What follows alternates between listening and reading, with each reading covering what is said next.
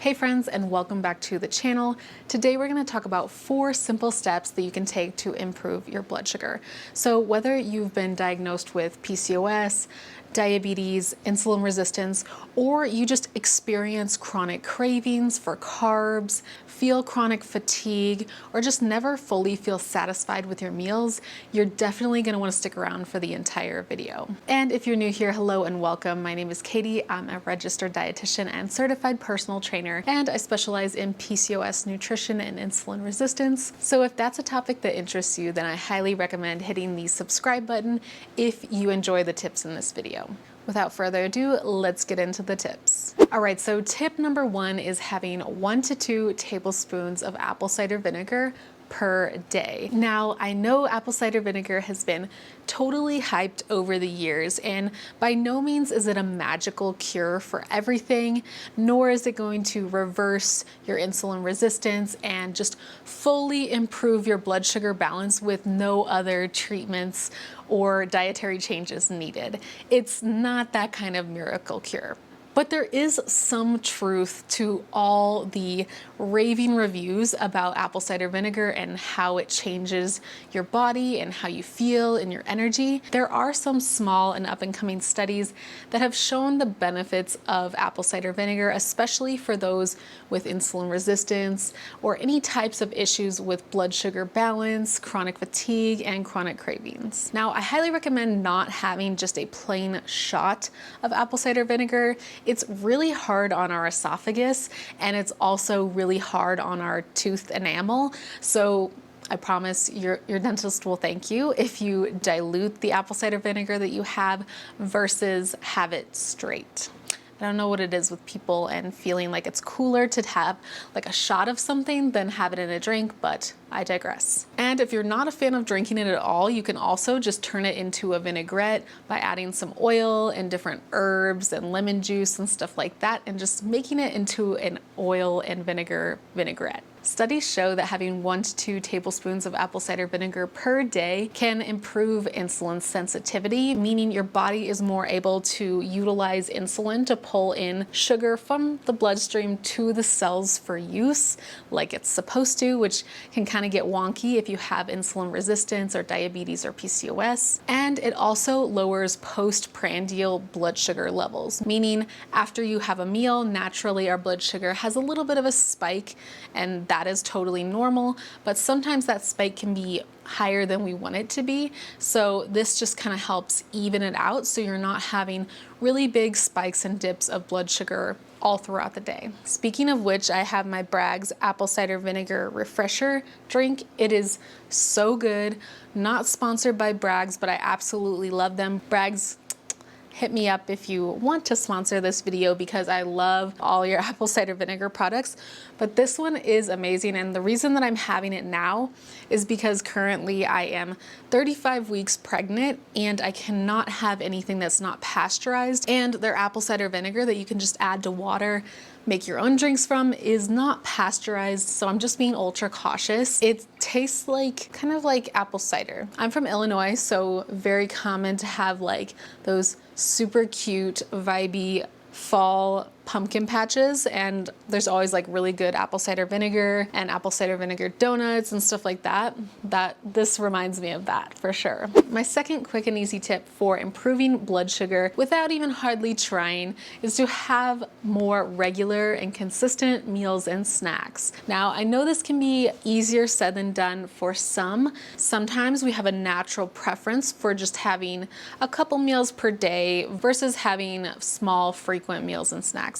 And as a dietitian, I really try to always lean into what my clients and my audience say works best for them. But in this particular circumstance, if you have insulin resistance, or if you're just trying to balance your blood sugar levels because you know you don't feel that good and something's off and you suspect that it's due to your blood sugar, then this is where I highly recommend considering getting out of your comfort zone and trying out small, frequent meals. Eating regularly and consistently gives our body the chance to have a more slow burning energy throughout the day, no drastic spikes or dips. Versus if you have 3 giant meals, even if you were to have the exact same calorie intake, exact same macronutrient ratio, and exact same foods, your body processes that differently than if you have those small chunks of food throughout the day. Think about it this way: the more food you take in at one time, the more your body is going to need to excrete insulin to get the blood glucose from your blood sugar to your cells for use. Thus, your insulin is going to have to work a lot harder in the moment to actually level things out. So it is a lot harder to manage insulin resistance when you're having big meals per day versus if you're sticking to small ones.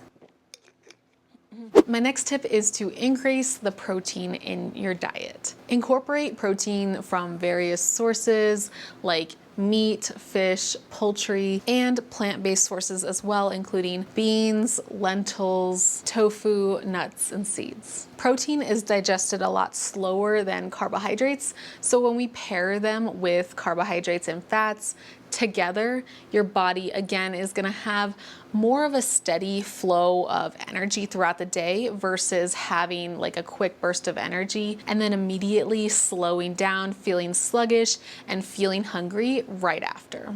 Studies show that a higher protein diet can lead to better glycemic control in individuals with diabetes. One of my top tips for my PCOS clients is to start the day off with at least 20 to 30 grams of protein.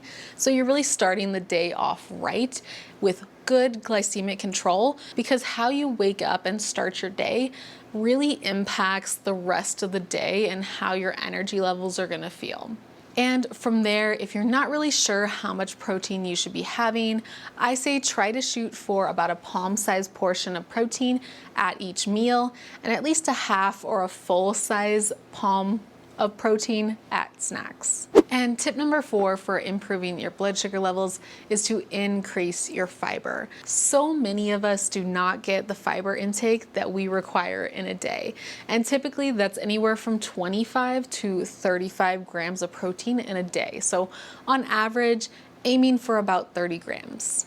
Just like protein, fiber helps slow down the digestion of carbohydrates in our meals so we can have a steady flow of glucose throughout the day versus those big spikes and dips. Think of it as kind of a gel-like substance that helps slow things down as they process in your system. Another pro of fiber is that it's kind of like a natural sponge and sweeper for our GI tract. So it goes through and attracts anything that our body has in excess that we don't need and sticks to it, so we can digest it and excrete it as waste in the form of, as you probably know, number 2. An important thing to note with fiber is that when you are increasing fiber, you're also going to want to increase water as well, or else you can deal with the opposite effect that you might expect from increasing fiber, which is constipation. Let us know in the comment section below what's one thing that's really helped you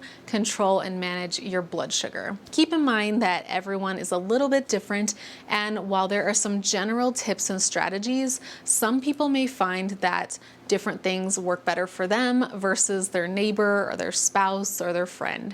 So try not to be too judgmental if someone has a different approach than you.